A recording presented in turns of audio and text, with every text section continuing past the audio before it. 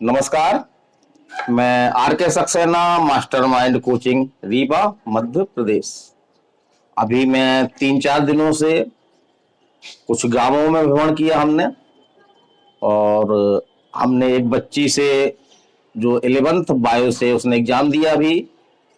तो हमने उससे पूछा कि बेटा आप क्या बनना चाहते हो। अभी जनरल मैं इस तरह के क्वेश्चन पूछता रहता हूँ बच्चों से कि आप उनका टारगेट क्या है, आप क्या बनना चाहते हो, और यदि आवश्यक समझा तो मैं उसको इस संबंध में कुछ एडवाइस भी देता हूँ। तो उस बच्ची ने हमसे बोला कि सर मैं नर्स बनना चाहती हूँ। तो हमारा अगला क्वेश्चन था आपका बेटा कि आप नर्सिंग कैसे कर सकते हो, क्या जानकारी आपके पास है। तो बोली कि सर हमारी जानकारी नहीं है, लेकिन मैं नर्स बनना चाहती हूँ। तो हमने उसको जानकारी दी कि किस तरह से आप नर्स बन सकती। तो हमारा इस वीडियो का यही उद्देश्य है कि बहुत सारी ग्रामीण क्षेत्र की बच्चियां जिनके अपने एक सपने होते हैं, लेकिन उनके पास जानकारी ना होने के कारण से वो उन सपनों को जो है वो साकार नहीं कर पाती हैं। तो आज हमारा वीडियो का यही उद्देश्य है कि ग्रामीण क्षेत्र की ऐसी बच्चियां जो बायो लेकर के आपका कर एग्जाम दे रही हैं, ट्वेल्थ में उन्होंने बायो ले रखा है, या 12th उन्होंने बायो को लेकर के पास किया है। तो ऐसी बच्चियां नर्स भी बनना चाह रही हैं, लेकिन जानकारी ना होने के कारण से उनको जानकारी नहीं मिल पा रही है। तो आज हम पूरी बात करेंगे ए से लेके जेड तक कि आप किस तरह तैयारी कर सकती हैं, क्या करना होगा, किस तरह का आपका जो है वो कोर्स होगा। तो सबसे पहले तो हम जो न्यूनतम क्वालिफिकेशन है आपकी कि ऐसी बच्चियां जो 12th बायो को लेकर के उन्होंने उत्तीर्ण किया है, या 12th उन्होंने दिया है, एग्जाम दे चुकी हैं वो, तो ऐसी बच्चियां भी आपका नर्सिंग का कोर्स कर सकती हैं। तो यहाँ पे हम बात करेंगे कि नर्सिंग कोर्स आपके दो तरह के होते हैं। एक तो आप के बहुत सारे प्राइवेट कॉलेज हैं जहां से आप नर्सिंग कोर्स कर सकती हैं, लेकिन वहां पे आपको एक अच्छी खासी फीस भी देनी होती है। और दूसरा माध्यम आपका है कि आप एक एग्जाम है आपका PNST, pre nursing selection test. तो इस एग्जाम को आप दे करके, और जो मध्य प्रदेश में सरकारी कॉलेज हैं जहां पे आपकी फीस वगैरह नहीं लगती है या थोड़ी बहुत फीस लगती है, तो आपको स्कॉलरशिप मिल जाती है। तो बहुत ज्यादा आपके खर्चे नहीं होते हैं। गरीब से गरीब बच्चियां जिनके घर में उतनी उनकी इनकम नहीं है, तो ऐसी बच्चियां भी जो है बेसिक रूप से PNST निकाल करके और सरकारी कॉलेज से नर्सिंग कर सकती हैं। अब हम बात करें तो इसके लिए क्या आवश्यकताएं हैं। तो पहला तो 17 वर्ष की आयु, न्यूनतम 17 वर्ष की आयु पूरी कर ली हो, और बायो को लेकर के उन्होंने जो है वो 12th पास कर लिया हो या 12th का एग्जाम दिया हो। तो ऐसी बच्चियां PNST का एग्जाम दे करके और सरकारी कॉलेजों में एडमिशन प्राप्त करके और BSc नर्सिंग का कोर्स कर सकती हैं। अब हम बात करें कि उनको एक सिलेबस है आपका MPPNST का। तो MPPNST में कैसे होता है, क्या होता है। तो MPPNST में आपके 150 आपके ऑब्जेक्टिव क्वेश्चन होते हैं, और जिनमें से आपके 30 क्वेश्चन आपके फिजिक्स के होते हैं, 30 क्वेश्चन आपका केमिस्ट्री का, और बायो जिसमें आपका जूलॉजी और बॉटनी दो सब्जेक्ट आते हैं। तो बायो के आपके जो है 60 क्वेश्चन, और 30 क्वेश्चन आपके जो है वो ऑब्जेक्टिव आपके इंग्लिश के रहते हैं। बहुत हार्ड इंग्लिश नहीं रहती है, 9th-10th लेवल की इसमें इंग्लिश आती है। और एक क्वेश्चन आपका 1 नंबर का होता है, और जहां तक जो कट ऑफ है, तो यदि आप जनरल भी है और यदि आप 74-75 नंबर आपको मिल रहे हैं, कितने नंबर में, 150 नंबर में, यानी 50% से भी कम नंबर, तो इतने नंबरों में अगर आप जनरल हैं तो आपका आराम सिलेक्शन हो जाता है। यदि आप OBC हैं तो आपको 70-72 नंबर अगर ले आते हैं आप तो सिलेक्शन हो जाता है आपका, या आप EWS का आपके पास कार्ड है तो भी आप 70 से 72 नंबर ला करके आप PNST एग्जाम जो है वो क्रैक कर लेते हैं। अब हम बात कर रहे हैं आपका SC ST की। तो यदि आप SC कैटेगरी से हैं तो आपके 65 से 68 नंबर अगर आप प्राप्त करते हैं तो पीएनएसटी एग्जाम आप क्रैक कर लेते हैं, और यदि आप एसटी से हैं तो 62 से 63 नंबर प्राप्त करके आप पीएनएसटी एग्जाम क्रैक कर लेते हैं। और इस एग्जाम को क्रैक करने के बाद आपको जो मध्य प्रदेश में सरकारी कॉलेज हैं, डीएमई और डीएचएस, तो इनमें आप एडमिशन ले लेते हैं।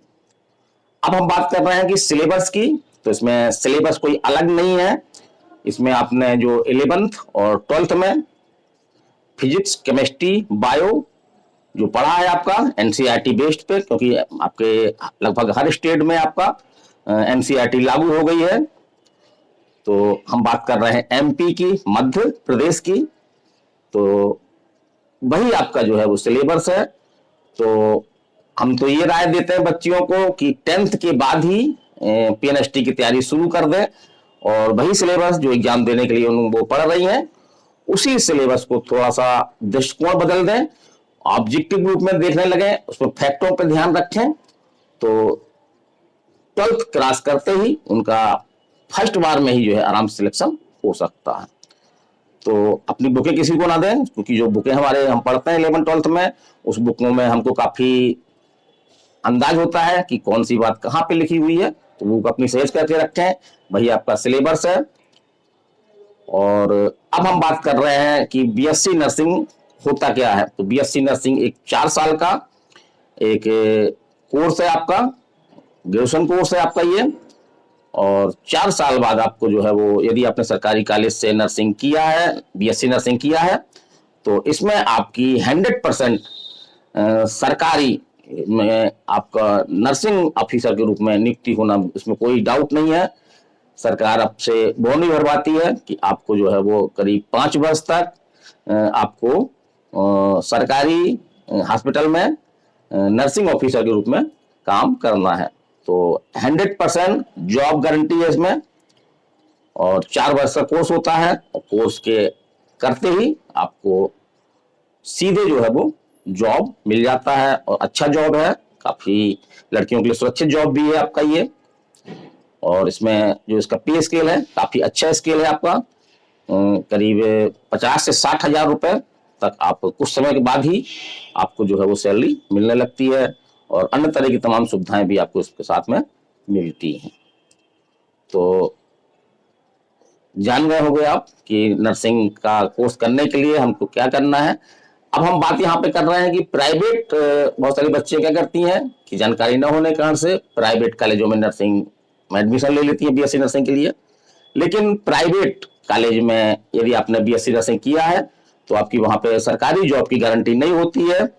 कुछ वैकेंसियां निकलती हैं स्टाफ नर्स वगैरह की, जिसके लिए आपको अलग से एग्जाम देना होता है। उस एग्जाम में आपका math, reasoning, GK, Hindi, English, इस तरह के आपके सिलेबस है, और जो आपने नर्सिंग में पढ़ा है फर्स्ट ईयर से लेकर के 4th ईयर तक वो सभी आते हैं। और या फिर आपको प्राइवेट जो हॉस्पिटल है, यदि हम लोकल देखें, रीवा का देखें हम, तो जो बच्चियां प्राइवेट नर्सिंग की हैं उनको वेतन मुश्किल से 10,000 के अंदर ही है। ज्यादातर वेतन, प्रारंभिक वेतन का 5 से 6 हजार होता है, ड्यूटी उनकी काफी अधिक होती है। क्या हो गया? तो थोड़ा सा डाउट हो गया था, मोबाइल में बंद तो नहीं हो गया, चालू है। तो आप पूरी जानकारी पा गए होंगे, और आपके मन में भी बहुत सारे क्वेश्चन हो रहे होंगे, उठ रहे हैं अगर, तो आप हमारा मोबाइल नंबर नोट कर लीजिए, 930 281 2239। तो आपके जो भी क्वेश्चन है, डाउट है, आप हमसे पूछ सकते हैं फोन लगा करके, व्हाट्सएप करके, या इस यूट्यूब के चैनल बॉक्स में आप मैसेज कर सकते हैं। मेरी पूरा प्रयास होता है कि हर सवाल का जवाब दे सकूं। तो बच्चियों, कैसा लगा आपको वीडियो? पूरी हमने जानकारी ए से लेकर जेड तक देने की प्रयास किया है इसमें। हो सकता है कुछ जानकारियां छूट गई हो, तो वो जानकारियां आप हमसे फोन करके, मैसेज करके कंफर्म कर सकते हैं।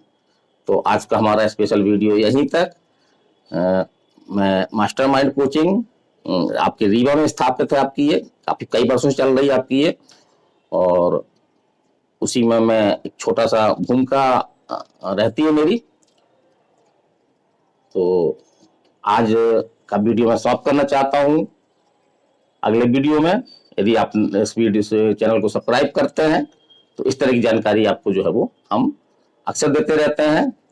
या फॉर्म कब आ रहे हैं आपके, वो हम बताते हैं आपको, नोटिफिकेशन आने बताते हैं, किस तरह से आपको तैयारी करनी है। तो ये भी हमारे इस तरह के वीडियो होते हैं। हमारा एक वीडियो कि नीट नर्सिंग की तैयारी कैसे की जाए, क्या रणनीति हो, इस पर भी मैं जल्दी बनाने वाला हूं। तो आप चैनल को सब्सक्राइब कर सकते हैं। चलिए अगले वीडियो में फिर मिलते हैं। नमस्कार, धन्यवाद।